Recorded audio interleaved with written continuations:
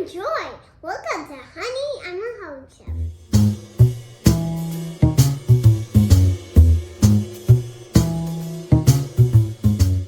This is the big one.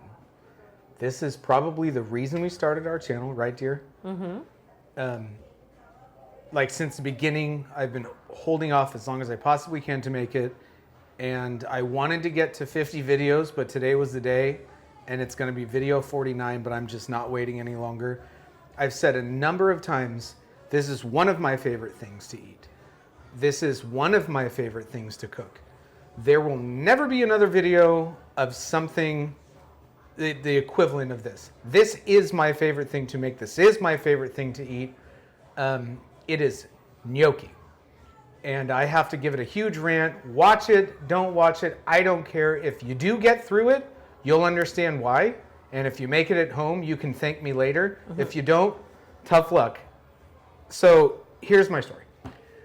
I was in my early 20s when I very first tried gnocchi. It was a restaurant in the greater Sacramento area. I'm not going to name it for a certain reason. You'll understand why in a minute. I sat down and ate it there, and it was absolutely delicious. Didn't even know what the hell I was eating, but it was outstanding, right? I continue to go back to this place, and I'm like eating it on a daily basis. It happened to be down the street from where I worked. Then, like as time goes by, we're going out to restaurants, or every time we vacation, we go into an Italian restaurant, and like it goes without saying, if gnocchi's on the menu, I'm gonna order it.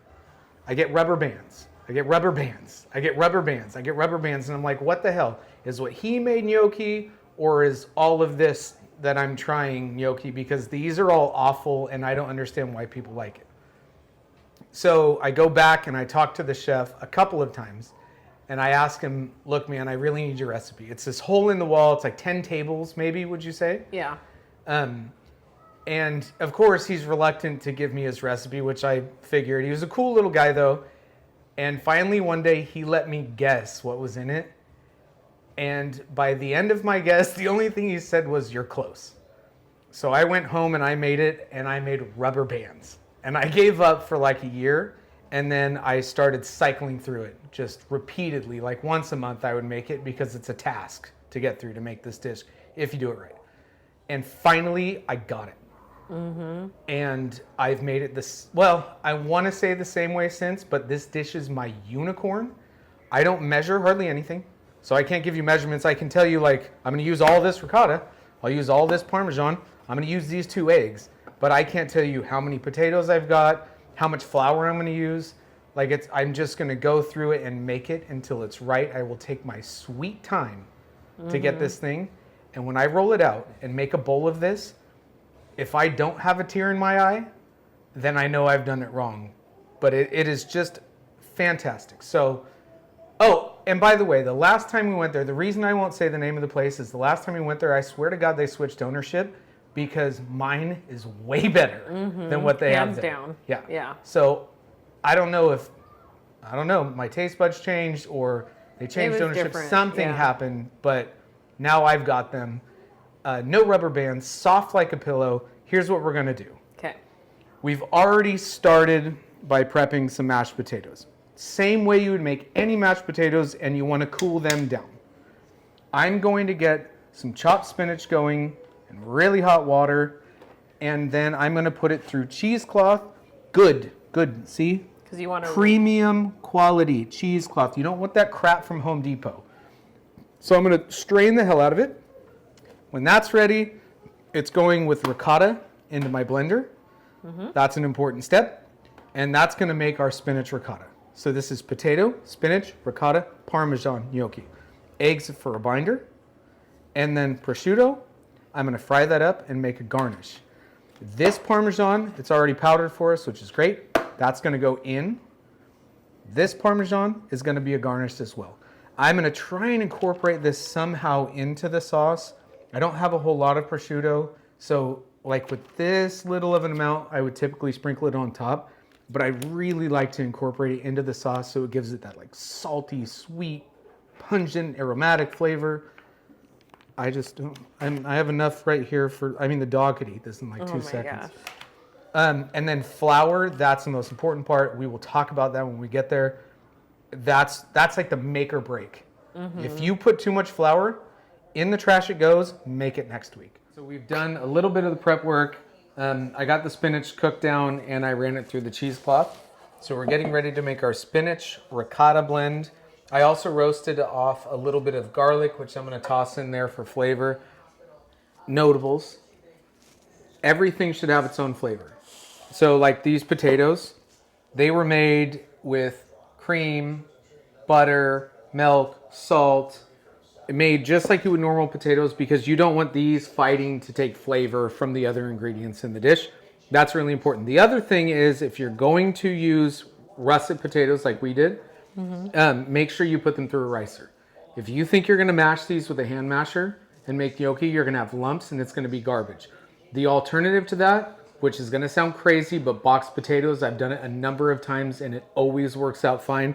But ideally, just some russets from the store. I think this is probably... I want to say we boiled 5. 5. Well, I took...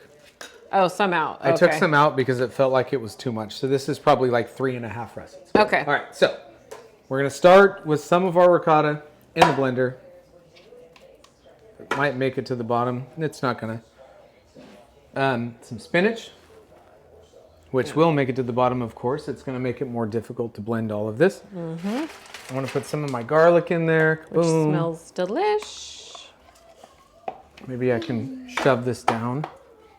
This part's always a pain in the butt. We're not going to show the whole blending process of this. Okay. But we're just going to keep shoving this in there. Kind of combining everything. Come on, baby.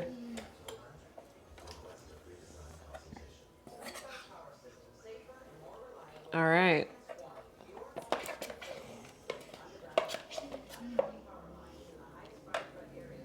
All right, so that is all finally in. And let's see what the blender wants to do. I, a lot of times, have to like prod at this for 10 minutes to make it go. Yeah, it's gonna take its sweet time. All right, we'll be back. Okay, so this is fully blended together. It's a hot mess. Yes. I'm not even gonna screw around with that. That's going in the sink for now. All right. So here's what we're gonna do because mommy has a work call. So I'm gonna put into my potatoes all this Parmesan. All right. And I'm gonna put the 2 eggs that I've beaten for a binder, for body. Okay. And then I'm gonna get as much of this blend out in here as I can. So this is gonna be a hot, runny mess. I'm gonna combine every bit of this together, and it's gonna be probably a little bit soupy. Once I get all of this combined, which I can start now, I guess. But once this is fully combined, I'm gonna start adding in a cup of flour at a time until it's the consistency that I want. I can guarantee that when this video is back on, it won't be the consistency I want it to be yet, given the volume of this, and I am gonna put some of those potatoes in here actually. I think. All right, so we're gonna do this, and then tell me when you want me to scoop in. Well, do you want me to do this? Scoop in some flour? No, I'll do that while you're. Okay, so we're I'm gonna at least there's probably gonna be 6 to 8 cups of flour that go into this. Yeah, it's a lot. All right, so we're gonna do that and then come back. All right, so we have our gnocchi pre-made. I've made enough for a village of Amish people, possibly, or like a farm and some ranch hands. That's a lot. This is probably enough for like 3 families for 2 days. But this is how we do it. So if you're just feeding the family, I don't know, like quarter that. But anyway, I don't even want that much for now. What I do, I made this my work surface. I've already prepped a few and tried them and let them cool, let them rest. They were good. So the plan is to roll it out and then cut up a billion of them on this surface. Then once I boil them, they're going to rest on this surface over here, only because they really need to come together. It's like they need to solidify, kind of like Jell-O, Okay. if you will. So I will just fan these out a lot. And the flour is good on the outside because it keeps everything together. You've got a lot to roll. There are going to be probably 200 or more. And a lot of them I won't be happy with too. That's about right. And then Okay. I'll just start.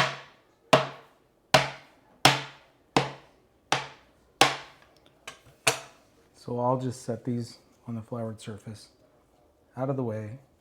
I try not to pinch them too hard, but inevitably they're going to come out a little awkward. And also, good luck using one of those gnocchi boards or a roller on these. That's never going to happen. You can put marks in it if you want to. Oh, yeah. That's just to make it look, fancier? I guess. I don't know. Okay. But, so like this, I'll just probably, this got a lot of flour on it, so I'll just set that aside. Start on the next bit. Mommy can go to the store and get more pancetta while I'm working on this. And when you come back, there should be a whole mountain of these. All right. Have fun. All right. All right, so gnocchi's prepped. Water is a-boiling. And All that goodness. since Mommy went out and grabbed more pancetta, I have a new plan. I'm not using it as a garnish anymore. I'm going to use it to pimp out my sauce. I a lot of times like to make like a bechamel or a Parmesan cream sauce. I don't call that Alfredo because Alfredo isn't milky and creamy. Alfredo is just butter and Parmesan. So my fake Alfredo, I'm going to use from the store. Nice though, good quality stuff. I'm going to chop this up really fine. I'm going to fry it off quickly, not like I would bacon. You could eat this right now as is. Yeah. But I'm going to fry it off really quick. And then I'm going to drop that in my sauce in tiny, tiny little bits. And it's going to add a ton of flavor and bite to the sauce. And then we'll boil these, rest them, brown them in butter, which is another damn step. Now, you lucky I love you because I hate you. Love-hate relationship. This is my favorite damn dish, but oh my God, this is why we only make it once in a while. It's labor It's a lot of work. We'll brown it in butter, cook it off in sauce, onto the plate. You enjoy. Then we take twice as long to clean up as we did to eat, 5 times as long to make as we did to eat. But hey, That's how it. Yeah. Okay. All right. So we will be back. Okay, so it's a small batch. We're going to do them in batches. I kind of rotate plates on this. Those will be done when every last one is floating. They're going to bounce around in the pot. First, they're going to sink to the bottom. They're going to start to rise. They're going to bounce around. And then when every last one hits the top, they're good to go. Meantime, I already pulled the first batch out, put them on this plate. They're pretty darn squishy still. Okay. On the parchment paper, I hit it with a little bit of olive oil spray because I don't want them to stick to the parchment paper when they solidify. So I'm going to get those all out. Okay. In the meantime, oh my God, this pancetta. So I fried it up, not quite to the consistency of bacon, but we got a little bit of It is really that good. fry on it. Yeah, it's fantastic. Anyone who likes prosciutto over pancetta is a crackhead. Okay. Tell And it how it then is. our faux pas Alfredo is almost ready over here. So when this starts to thicken up in a few minutes, pancetta's hitting the Alfredo. We're going to keep rolling batches out, resting them over here. And the final step is we're going to brown these, cook them in sauce. I salivated again. All right. Okay. Oh yeah, see, look, they're starting to kind of come to the top of the water.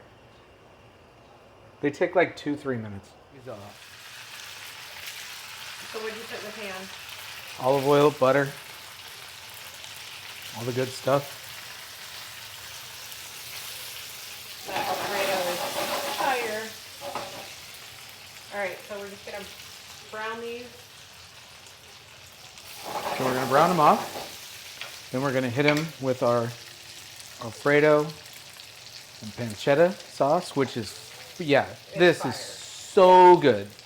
This is the best one I think we've made yet, which is freaking awesome. We've now pimped out our favorite dish. All right. So yeah, we'll let those brown up, flip them, hit them with the sauce, cook them in the pan, top them with some parm, and send them off to the neighbor. Gotta be hot. Browned. Nice. Now we'll just let those bad boys cook down in that. Soak in the sauce. All right. And we go. Bring it in. This one's yours. Hang on, let me pimp it out. Oh, my mouth is watering. So good. We've only been at this for 7 hours. Well, you got to make a video though too. That's a pain in the butt. But man. We got a lot of leftovers. All right, give me the cam. All right. You're the bite girl. Okay, here I go. It's going to be very hot, but I already know this is, again, going to be heaven in my mouth. That's my new slogan. You should taste it first. It's your favorite. Oh. Oh, cut through one of those so you can see. Honey, it's your best ever. For real? Mm-hmm. Oh my gosh. Yeah, that's what gnocchi should be. So. No rubber bands. Oh my heck. And smart that you put the pancetta in the sauce. You've never done that before. Fire. Enjoy. Bon appetit.